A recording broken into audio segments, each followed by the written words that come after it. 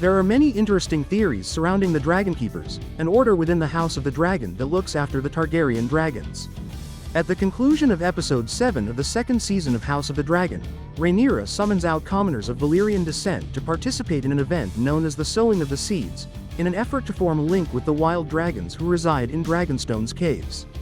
The highlight of the episode is how quickly the sowing becomes violent when Vermi Thor starts killing off potential riders, but there's also a fascinating underlying narrative regarding the role dragons play in Westerosi civilization.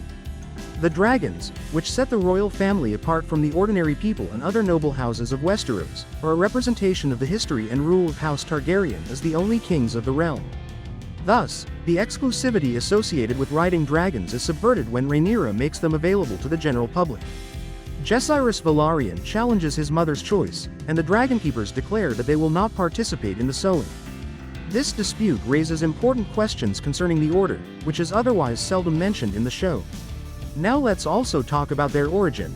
Princess Rhea Targaryen flew out with Balerion the Black Dread decades before House of the Dragon, missing from the continent for more than a year. In an attempt to stop similar thievery in the future, her uncle King Jaehaerys established the Dragonkeepers as a command to care for the animals in King's Landing upon her ultimate return and death.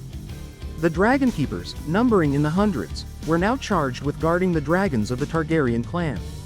This indicates that the Dragonkeepers are well established and quite set in their ways, having existed for almost a century at the beginning of the Dance of the Dragons.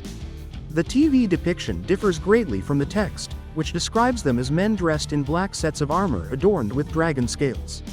The Dragonkeepers of the House of the Dragon resemble monks since they have shaven heads and wear light robes. The show's adaptation also uses long staffs in place of the swords used in the book, and dragonglass daggers. So what the Dragonkeepers actually do? The maintenance of the Targaryen dragons is the major goal of the Dragonkeepers, and they do this in a number of ways. They keep an eye on the dragon pit at King's Landing, keeping out would-be attackers and pilferers. They even prevent Princess Rhaenyra Targaryen from attempting to enter at one point in Fire and Blood. In addition, they kept an eye on the youthful Princess Visera Targaryen, who courted lads and promised things to the man who dared to put his head inside a dragon's throat. This demonstrates their commitment to their task in spite of Targaryen orders to the contrary. The concept that the Dragonkeepers follow a code of conduct and are more than just home slaves is maintained by House of the Dragon. They appear to hold their duties in a spiritual respect.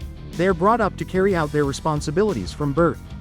The Dragonkeepers in the Red Sowing uphold the notion that the Targaryen royal dynasty has a divine claim to the dragons and that regular people have no right to meddle with such authority. The Dragonkeepers are trained to converse with dragons and speak High Valyrian. When their Targaryen rider wants to saddle the dragons, they probably help feed them and awaken them. Anyone who wants to play faces a great degree of danger, since it's not unreasonable to assume that some of the dragons aren't very pleasant to deal with.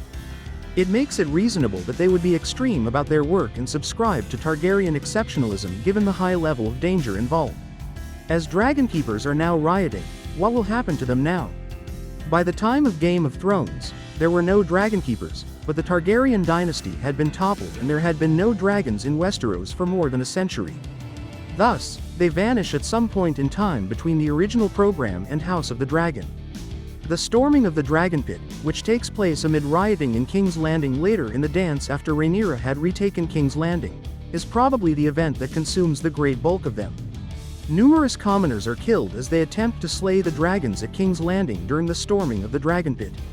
The Dragonkeepers, who use the dragon's assistance to try to repel the crowd, are among those who perish. Numerous human lives are lost, but in the process, numerous dragons regretfully pass away. Without a doubt, it will be among the most tragic scenes in House of the Dragon. This is all for now. Please like this video and subscribe to my channel. See you soon.